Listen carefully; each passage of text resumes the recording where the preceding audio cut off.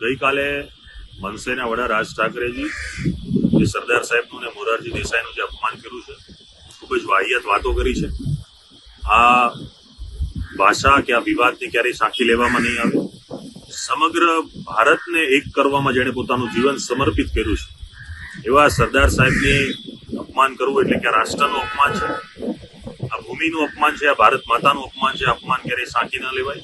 એક ગુજરાતના નાગરિક તરીકે નહીં પણ ભારતના નાગરિક તરીકે મારી વિનંતી છે કે આ નિવેદન બદલ દિલગીરી થઈને તત્કાલ ધોરણે એની માફી માંગવી જોઈએ.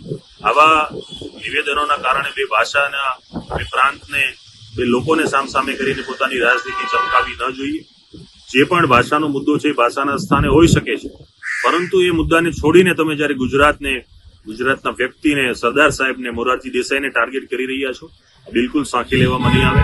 આની માફી માંગી અને આ મુદ્દાને અહીંયા પૂર્ણ કરવો.